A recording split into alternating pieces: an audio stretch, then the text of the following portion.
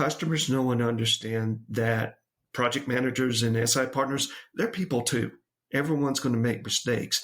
It's how you react to those mistakes that's very telling and really determines if you're going to build that trust or create concern.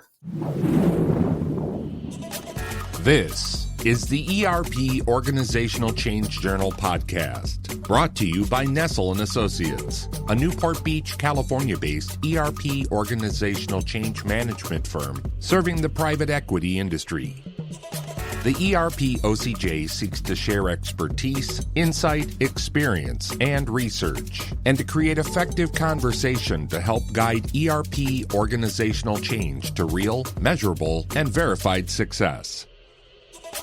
And now, here's your ERP expert and host, the founder of Nestell and Associates, Dr. Jack Nestell. Hey, Jack here. Today we're going to discuss ERP organizational change implementation with a longtime practitioner.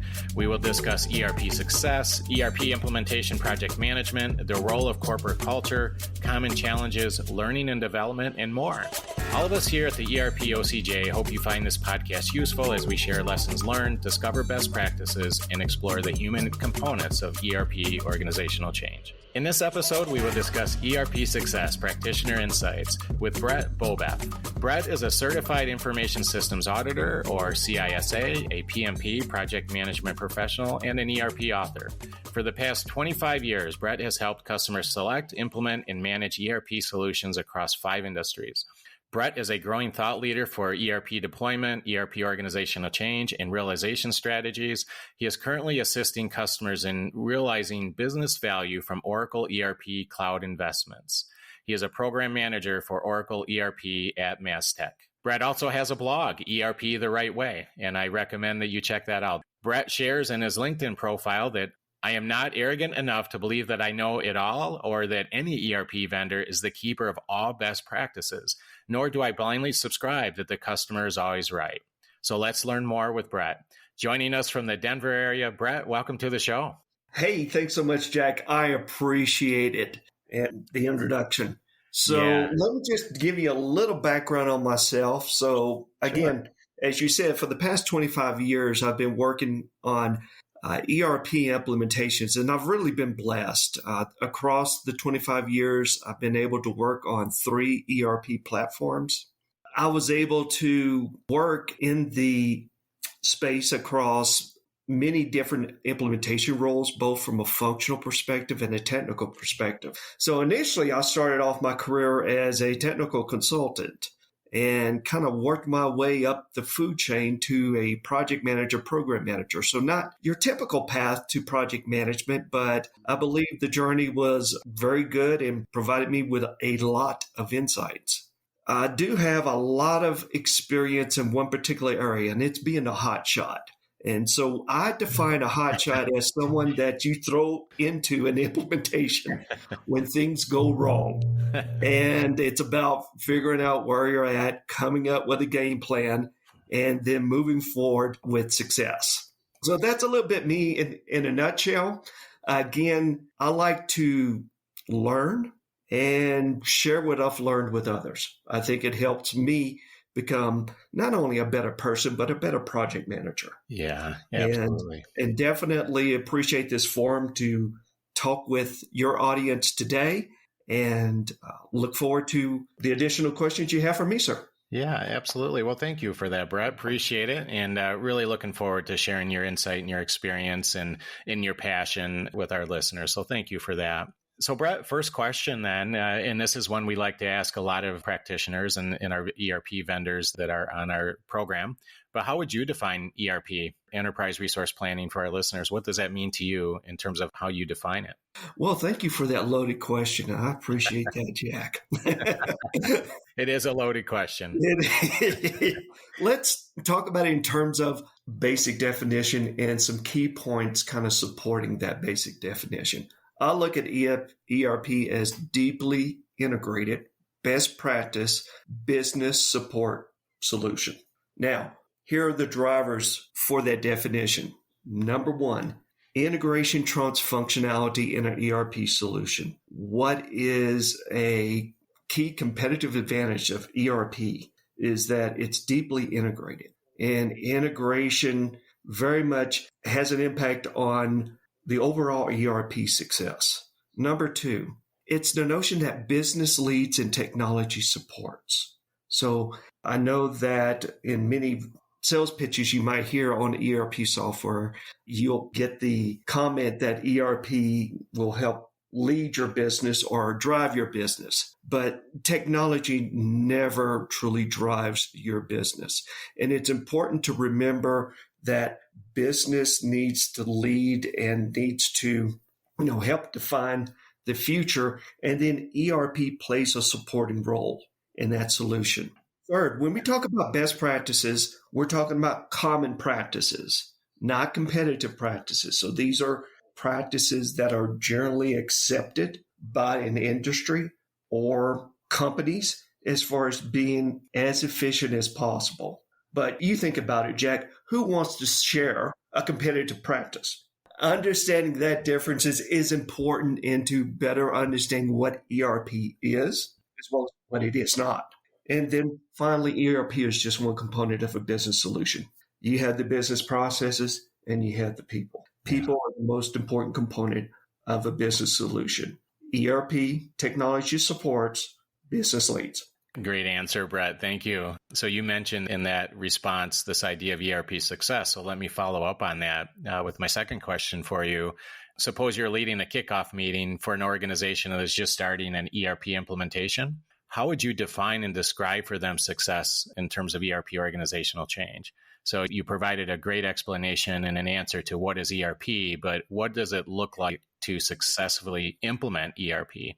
It's not straightforward, Jack, and I really had to spend some time digging on this, researching this, and actually wrote a blog article on this.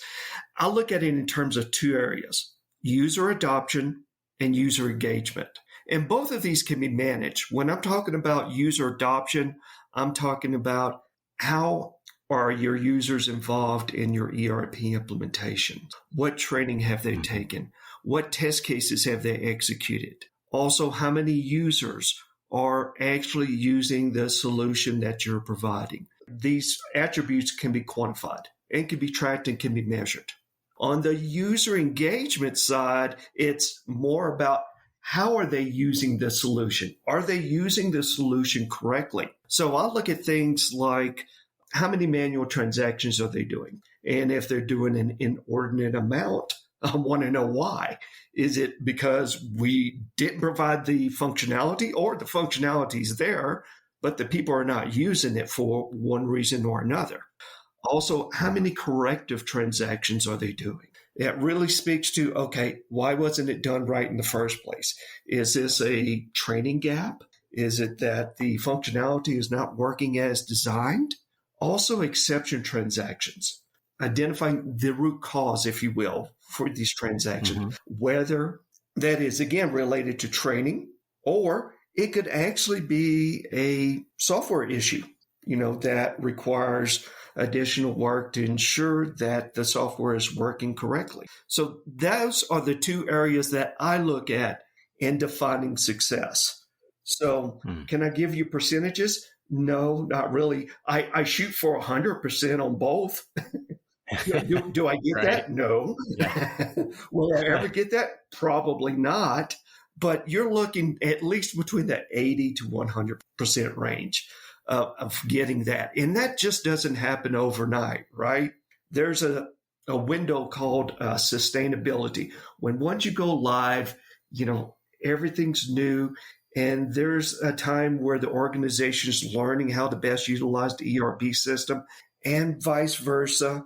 There's always that shakeout time. And the more that you can reduce that window, the better results you're going to get, especially in these two key areas. And that goes back to effective organizational change, as well as training and enablement. Those are not nice to haves. Those are mandatory for your success. Sure. So, Brett, you mentioned a couple of percentages there in terms of the success with those two components that you described for us. But how would you describe your general understanding of ERP implementation success rates in the field, based on your work, anecdotal evidence of others in your research? I think anyone that's been in the practice as long as you have and I have and a lot of our colleagues, it's a pretty tough business. But what would you say if you just have to give some sort of rate in terms of success? So you provided what ERP is to our listeners. You gave your definition of success. What would you say are the success rates in practice in general? And forgive me, I'm probably going to give you a generic answer on this, but generally they're half of where they need to be. So what's important as far as, improving success rates is knowing and understanding that you can go live with an ERP system and still not be successful. So number one, it's kind of understanding that dynamic. And then really, okay, you're live.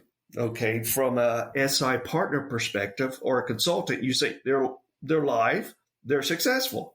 Not necessarily. You really need to stretch and think a little bit further in terms of how customers define success, number one, because it's usually not done during the sales cycle. It's really done during the implementation where you really get deep down into the weeds in terms of what defines success. Also, there's a couple of areas that you need to focus on, especially as a project manager. First and foremost, customer expectations. If customer expectations are way up here and what they're implementing is not even close to their expectations, first thing I do as a project manager is, okay, I need to reset some expectations. You're setting the bar so high, I can't even touch it. And there's no hope of me of touching that. So let's work to get to some realistic expectations. I think that that's not done as much as it should be during ERP implementations. It's a tough job, granted, because they just got sold, something that sounds wonderful. And then all of a sudden you come in and say, well, let me tell you the real story, what you're getting. That's a good point, right? Because I think a lot of what we need to do as practitioners, and this isn't easy, is be very honest about the realities and expectations about as far as what the organization is about to endure. And it is challenging. There's so many dynamics and so many variables, and it is very challenging. So I think that part you mentioned about just being realistic, being honest about it is a huge part of being proactive, about the whole expectation piece. Right, Jack. And that during the sales cycle, whenever you define what the scope is going to be and what the price is going to be, you're still operating at a high level. You're not in the weeds yet. So you're making a lot of assumptions. You're assuming a lot of constraints that are going to be proven during the implementation. And it leads to the second point that I see happen more times than not is compromising quality for margin. So it's knowing that, okay, there's a delta here. How do I address that delta? I think sometimes in the project management community, we put too much emphasis on time, in scope, in budget, and not enough on customer satisfaction. So something's got to give, right, Jack? And usually you start cutting corners. And when you start doing that, it has an impact. So let me ask you this, Brett. Speaking of project management, as you had alluded to in the previous responses, you've talked to this idea of technology and people and processes. But from your experience implementing ERP, what would you say are the most critical aspects of ERP implementation project management? So just from a project management perspective, can you share any insight with our listeners and any key ideas? Sure, absolutely. I focus on three areas. So number one, competency. You got to know your stuff, right? You have to understand the skills and the activities that a project manager is responsible for. I see that kind of like as the basics. You have to know the basics. Along with that, what's also important is your attitude. As a project manager, and I can say this freely, I've never been on the same project twice. There's always some difference. And I'm always hitting something that, that's new. That's new. This is a wrinkle I've never encountered before. Or this situation, I'm working with the customer, their organization is different than what I've seen before. So having the right attitude to be aggressive and know that it's a challenge that each customer is going to present you with challenges. And how are you going to react to those challenges? Are you going to see that as a learning opportunity, as a way to improve? Or, the other side, look at it as, okay, it's an inconvenience, right? You look at it as an inconvenience, guess what? That's going to directly impact the customer and their experience, whether you say it directly or not. But if you see it as, okay, here's an opportunity for me to stretch, because that's when customer satisfaction goes up. Yeah. Because the experience is that much better. I love what you say about the attitude piece, right? I think that's a huge factor in success. And I think it is something that a lot of ERP implementation practitioners may undervalue, is just this general idea of attitude. And, the idea that you mentioned, it's how you react to challenges. And I think it is important that, sometimes going into a project from a project management perspective, it's all about just preventing the challenges from happening to begin with, right? It's about being extremely proactive. But I also think that just given the nature and reality of ERP implementation, that you can't prevent all the challenges, but what you can do is react to those challenges in the proper way. So it's fine to try to prevent, through all the tactical mechanisms that project management brings to us and the best practices, but it's also just as much about being prepared in the way that you react to and respond to challenges. So I really like that comment. Right. Absolutely, Jake. It's just being practical and knowing that, hey, you're going to fall flat on your face on this project somewhere, somehow. It's best to be prepared and be able to address it versus trying to do everything as possible to minimize risk. So the other two areas is credibility and then transparency. What I mean by credibility is you take ownership. You have a certain reputation that the customer knows that when something is given to you or is escalated to you, they know it's going to get taken care of. And of course, that's built over time with any project. But that's important in terms of the success for a project manager, is that the customer trusts you. They see you not as a third party, but as an integral partner in the project team. Yeah. And that they know that, hey, if you're responsible for this, or this has been identified for you, that you're going to see this to conclusion. And that kind of gets back to that attitude and just tenacity. It's a lot of hustle to be a good project manager. That might sound, simple. It's just true. And then transparency. Say what you can do and what you can't do. Yep. Be honest. If it's something like, hey, this is my first time I'm running into this experience, or yes, you know what? I dropped the ball here. Here's what we're going to do to get that addressed. Again, customers know and understand that project managers and SI partners, they're people too. Everyone's going to make mistakes. It's how you react to those mistakes that's very telling and really determines if you're going to build that trust or create concern. Absolutely. So, Brett, as you know, there's obviously been countless papers written highlighting all sorts of reasons for ERP failure, really looking to solve some of the challenges. But why do you think many ERP projects fail to deliver on expectations? What would you say are some of the primary reasons? My goodness, that is another loaded question. Do you have a couple of hours, Jack? Yeah, right. There are three things that come to mind, and I've been saying that multiple times. I say three things because that's about as much as I can hold in my brain. So here are my three things. Misalignment on the scope statement and resource commitments. That, there's not agreement on what's in scope and what's out of scope. Also, the resource commitments, not only from a customer perspective, but also from an SI partner perspective. That's usually the first problem. And I'll be honest, it's always a problem for any project that you're working on. That's a key area that you always need to focus on, and it's continually there. Second of all, inadequate decision-making in escalations. If the customer cannot make decisions in an appropriate time, if the SI partner cannot provide the information in the right context, so the customer cannot make a decision quickly, the project's going to go by the wayside. Decisions move projects forward. And if you can't make a decision, you're kind of stuck in the mud, as well as also escalations. There are point in times where, a decision can't be made within the project team and it needs to be escalated. Executive support is very important, as well as making a final decision to say, okay, here's the escalation. Here's what we need to do.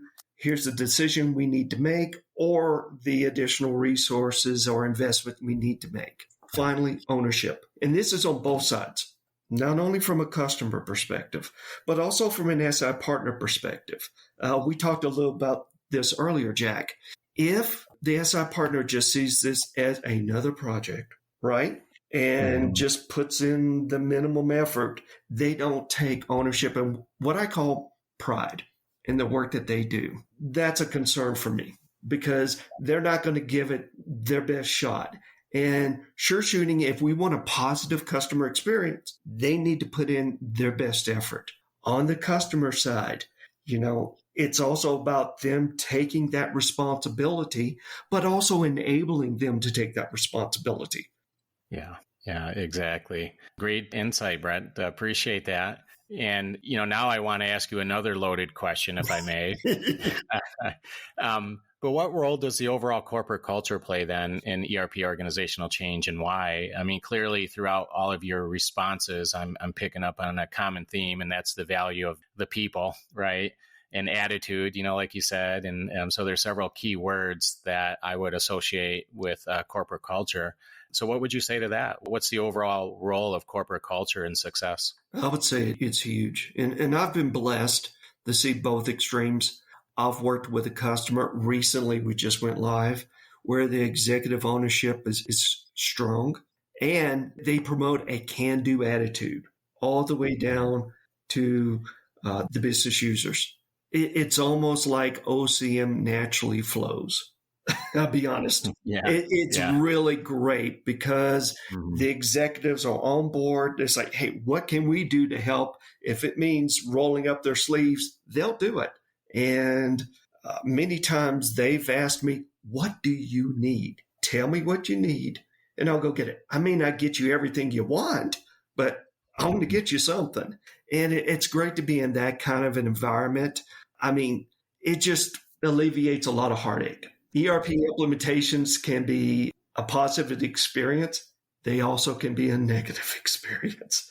Organizational change and the organizational structure has a lot to do with that. Yeah, absolutely. Now, when the organization is weak, basically, by definition, I'm not an organizational change manager. I know enough to be dangerous, Jack. So when the executive owners in committees, they're weak, eventually I'd go back to the basics and use the language that everyone can speak, especially executives. That's money. So lack of customer sign-off is going to cost you X. Lack of user adoption is going to cost you Y. If you're willing to spend the effort, you'll find a study that can help you quantify that impact. And I've used that before because sometimes the only language that an executive will understand is money. That usually gives me further drive and direction. It's a little bit more directive, unfortunately, and the user adoption and acceptance and engagement still suffers. But that's the other extreme in kind of the approach I've taken in my experience. So, Brett, throughout your career, I guess what challenges do you most often face as you implement ERP? If you had to look across your experience over the years and across all the organizations, would you say there's any one or two main challenges that you face in general, or is it just pretty much a mixed bag? Well, always that, and I talked about this before, scope alignment and resource alignment. It's probably number one. There's always a difference in understanding. Again, you're defining scope and resource requirements. And if you're familiar with the PMBOK, I equate it to a budgetary level estimate. So with that, you kind of have an accuracy of a minus 10% to a positive 25%. There's still a lot of room for defining. You really don't know what you're up against until you complete a fit gap, Jack. So during that time, as a project manager, I'm spending a lot of time making sure expectations are being set. Resources are defined, that we clearly have the assumptions defined and the constraints, that people start knowing and understanding and aligning to the critical path. Yeah, right. And, what do you need to be successful? So that's number one. Number two is making sure that we cover all the bases. I have a mindset of I'd rather fail sooner than later. Mm-hmm. Failing sooner gives me more time to react versus say like I'm in a testing cycle and then I'm seeing issues. I don't have much time to react to that. And the customer experience is definitely going down. I'd rather, and I hate to use the word, I can't think of a better word than I'd rather disappoint or upset the customer up front. Yeah. It's clearly defining what's in scope, what's out of scope, what I need from you consultants. I'd rather do that sooner and get past that and come up with a plan versus just going along and crossing my fingers and hoping everything goes well, because it never does. Yeah. So those are probably the two key areas that as a project manager, I'm very sensitive about. And because I know it always occurs on any project. Yeah, that's for sure. Absolutely. Hey, Brett, another area I wanted to pick your brain on is this idea about training and learning and development, or L&D, in the organization. And we've had several L&D professionals on the podcast, and we have more lined up. And that's very deliberate because I believe that's an area in general in our practice that needs some work. But to what extent do you suggest and encourage opportunities for training and learning during the ERP implementation? And that goes for, before the implementation or during the implementation and post-implementation. What's your thoughts on that idea of learning and development, organizational learning throughout the whole process? That's a great question, Jack. And I say all three. The faster we can train, the better, before, during, and after. Let me give you an example.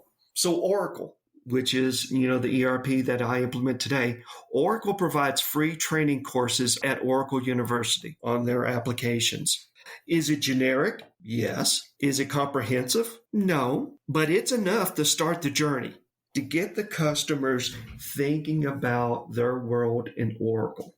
Keep in mind that whenever a consultant and a business user gets together, typically the customer is going to be speaking business speak, their language that they've known probably for the last 5 to 10 years. Typically, the Oracle consultant is going to be speaking Oracle. Yeah. And there needs a translation that needs to happen. It's a natural occurrence that needs to happen, that they need to get on the same page and making sure that they're speaking the same language. Anything I can do to accelerate that process, I want to do that. So taking that free learning is important. I recommend that to all of my customers. Also, I set the appropriate expectations of, hey, this is not the last time you're going to have to take training. Yeah. Number two is the customer needs to train the SI partner on their business process. So just like the customer needs to get a little bit more into the Oracle world, same thing for the SI partners and the consultants. So that kind of training needs to happen. Again, it's getting them on the same page as quickly as possible. Hands-on training, in other words, testing, is the best form of training. Involve end users sooner rather than later. I don't believe in just-in-time training. It's plain wrong for ERP. In general, a person needs to hear or see something 3 times before an understanding is created. And when they have that understanding, it's internalized, then they're truly enabled. Yeah.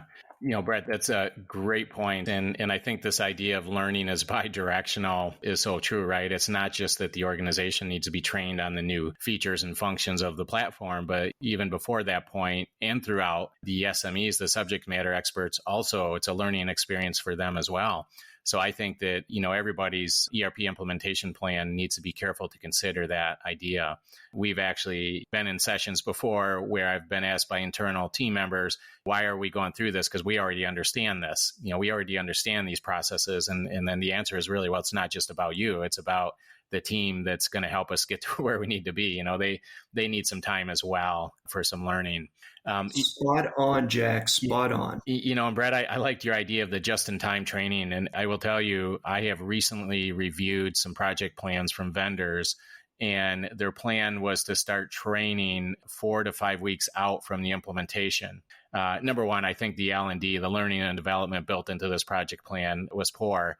But I think just to illustrate the points you just made, I think that's putting the organization behind the 8 ball to think that they can go through and adequately train for an implementation such a short time frame.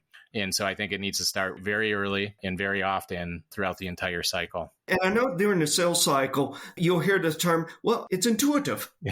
This is an enterprise resource planning solution. It's not intuitive. Yeah. I'm sorry. You're paying millions of dollars, right? And Brad, I've mentioned, I think it was pre our discussion today when we were talking earlier before the recording. And I'd mentioned, I think, and I've said this on other podcasts as well, I think sometimes during the sales cycle, you can take one logo off of one ERP vendor and put it on the same deck, and they talk about a lot of the same things. And I'm being a little bit facetious when I say that, yes, just having fun with it. But, the point you made about, well, hey, it's intuitive. Our GUI is intuitive.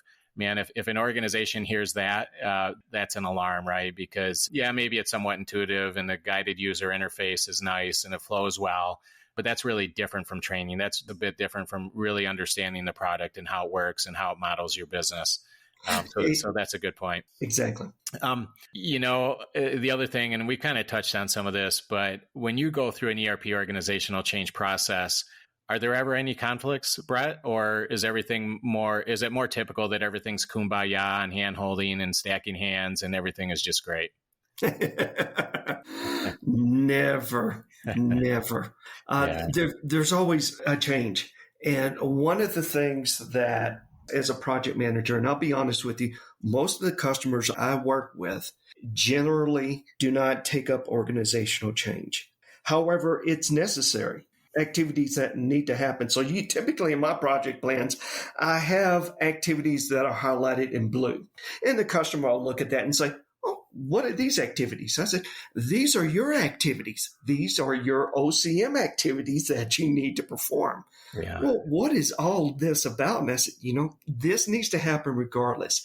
And I'm really I hate to use the word, keeping it very, very simple from an organization change perspective. But if you don't know what's changing, you can't manage it.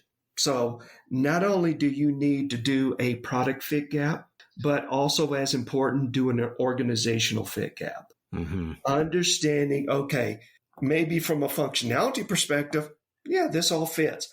From an organization perspective, our world is changing. Yeah. And how is that world changing? Is it in terms of, okay, we used to do it in this order. Now it's going to be done in another order in terms of how the process is going to be executed. Before, it was kind of seamless and touch point because we've customized it over the years. Now we're going to have to be more involved. There are more checkpoints. There are more workflows now that we need to do than what we've done before. Also, we used to have one person responsible for this business process. Now it's going to be split out between multiple business processes. So knowing what those changes are going to be will help you manage that change and then drive your input into the trainings, because it's not just technical training or software training you're doing. It's also business process training that you need to do. Yep. What are the operational procedures that need to change? Understanding what's changing is that first step. Knowing what those organizational gaps will be, that'll help drive what those changes and what enablement you need to do downstream. Yep. Good answer. 100% on spot. Well, it just took me 15 years to figure it out. Yeah. You make it, and again, that's part of the practitioner role, right? Yeah. You learn on the job, but as you do, you get better. Yeah. Well, if you have the right attitude. Yeah, absolutely. Yeah, this is a, ERP organizational change. Being a practitioner in this field, you're either in it for a short period or you're in it for a long period, and you take your lumps along the way and you get better and better. That's just the reality. Hey, Brett, I want to circle back. I asked you a question regarding the role of organizational culture. And in your response, you'd mentioned a little bit about leadership. So I want to follow up on that. And what leadership styles or attributes would you say are most prevalent during the best of your ERP implementation experiences? And, I really like this question because I've actually spent a lot of time just looking at what we call the triad, right, of ERP organizational change. And that's the people, processes, and technology, and how do they influence each other. And I think, as you alluded to earlier, that the corporate culture and the people piece of this whole exercise is probably the most important. And then if you keep drilling down and peeling that onion back, I think it's certainly leadership, right? Because you had mentioned earlier that having the right leadership, is the difference between some of the best and some of the worst of your implementations. But if you peel that onion back just a little bit more, what would you say then are some of the styles or attributes with some of your best or favorite implementations? Can you break that down? Are there common denominators with some of your most, let's call it, successful ERP implementations? Sure, absolutely. Probably, and I'm just going to keep this to 3 so I don't ramble for another 30 minutes here. Okay. Number 1 is ownership, that the executives are invested in this project and they understand that this project, what impact will it have to the overall business success? I think having that vision and then also being able to provide that ownership and then communicate that ownership at multiple levels.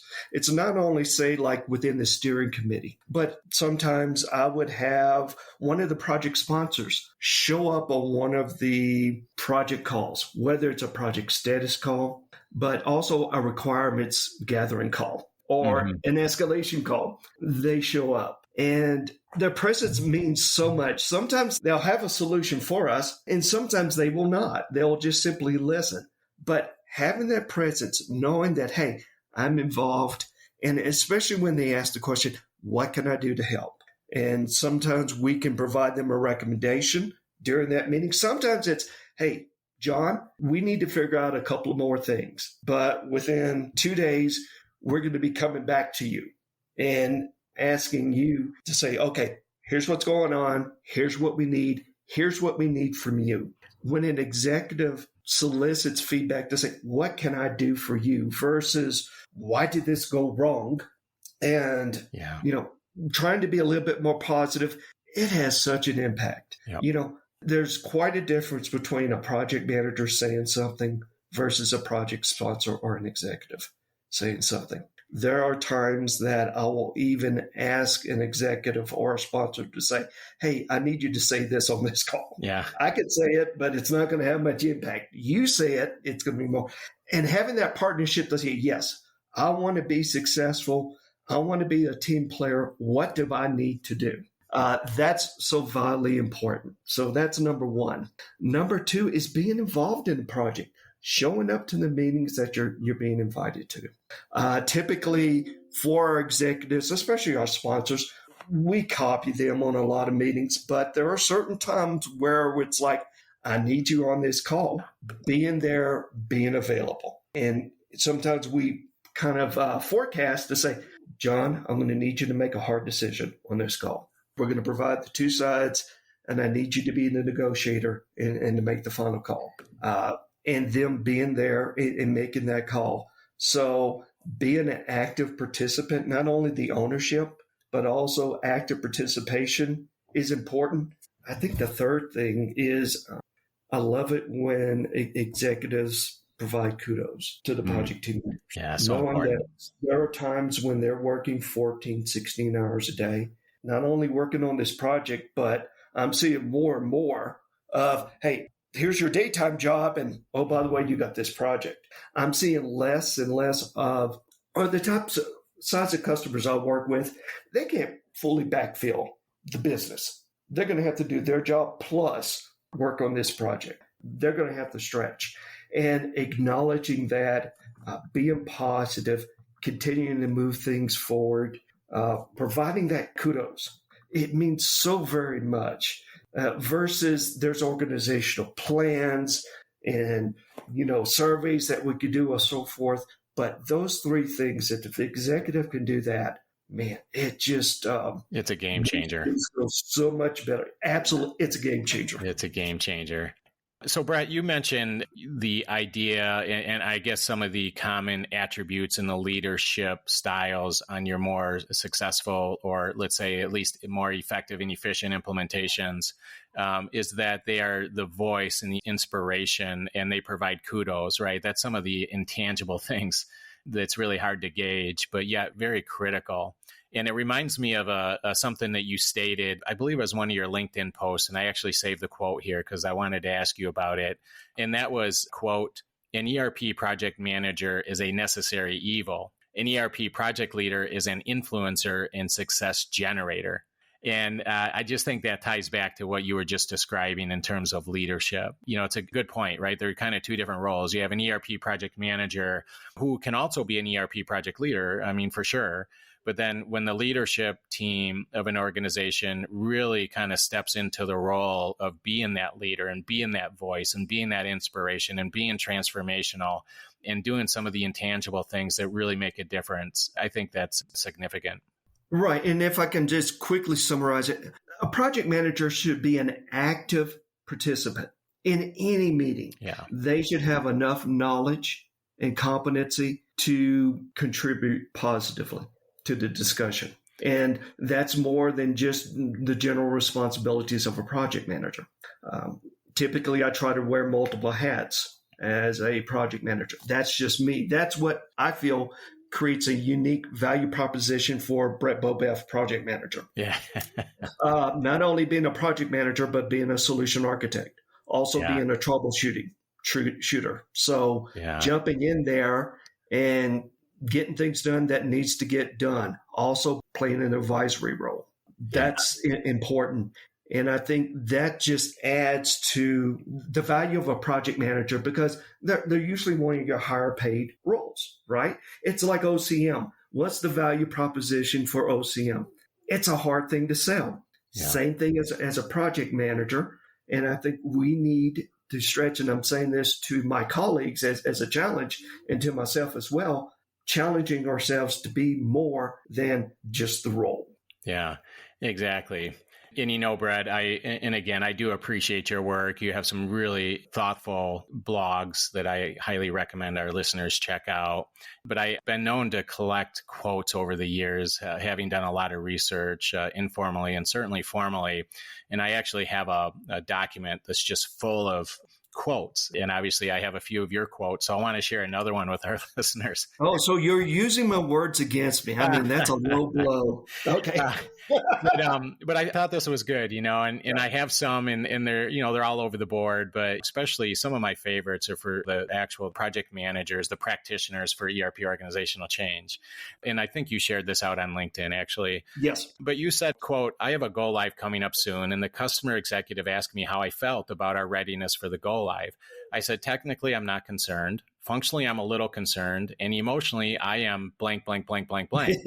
And then you go on to mention, 7 functions or modules across 3 countries. God help me for being an empathetic project manager.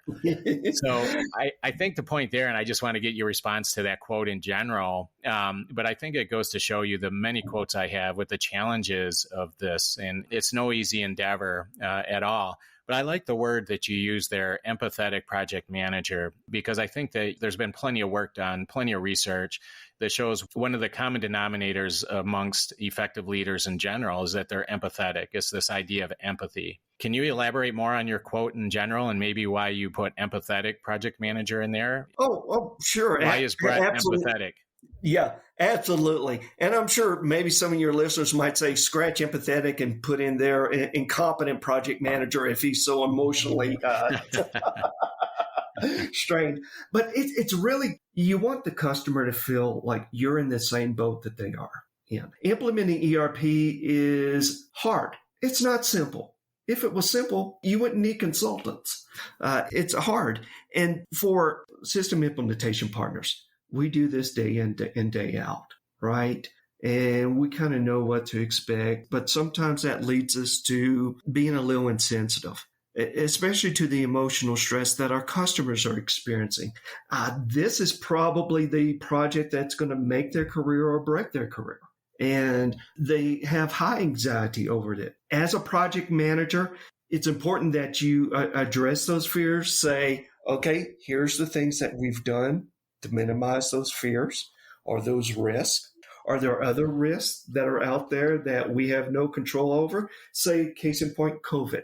Don't have control over it whatsoever. No, we have compensating plans in place to address this, but there are thousands of variables that go into play into a successful ERP implementation. And, you can control some, but you can't control all. But it's reaffirming with the customer, okay, here's what we've done. We've done our due diligence. Yes, is there an area that still can cause us an issue? Absolutely. But what I try to do is point them back to, okay, we've identified other problems during this implementation. We addressed it. We have the right people. We have the right team. We got the process to do this. But yes, am I anxious as a project manager for this go live? Absolutely. I sleep with my phone at my side 25 years later, and I still do that. It's still kind of an emotional high for me. Right. But I think that resonates with our customers to say, hey, I've been there with you. I'm there with you right now. And regardless of what happens, we're going to get through this. We're going to go live. And that reassurance, I think, is a soft skill that project managers need to have, that really, instill that trust and that confidence, because everyone's going to come to that point, especially on the customer side. Yeah. Right.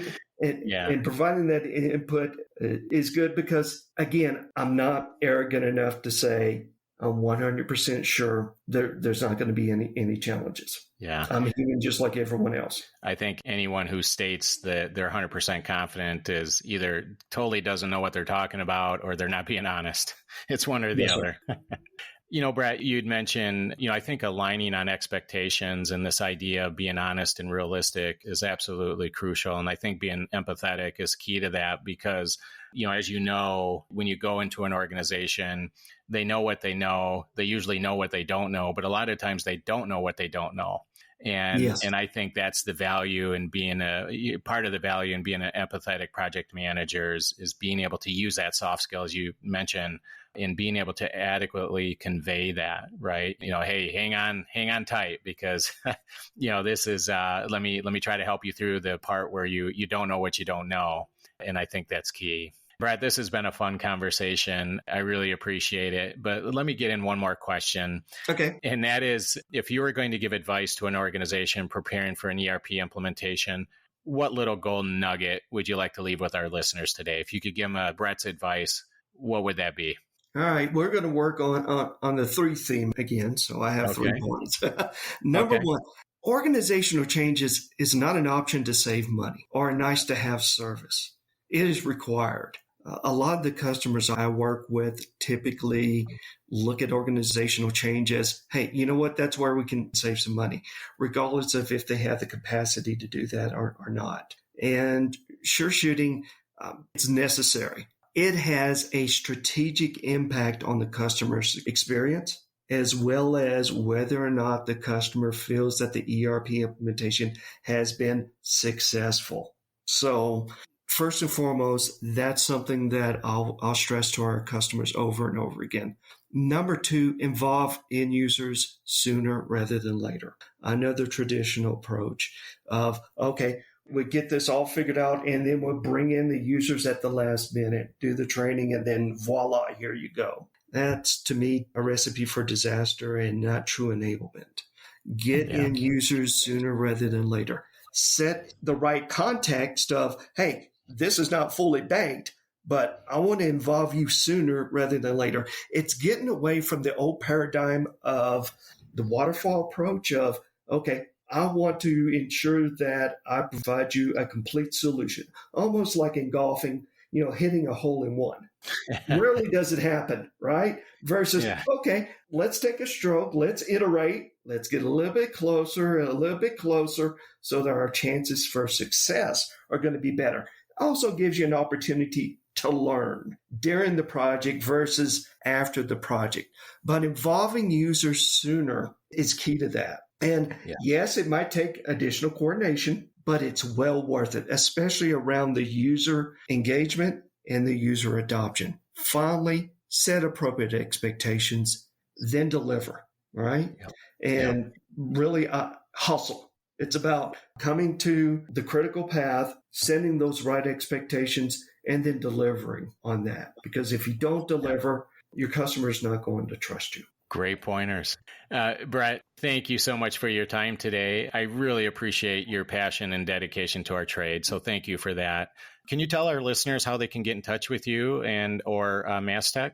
Sure, absolutely. If you want to get in touch with Mastech, you can go to www.mastech.com.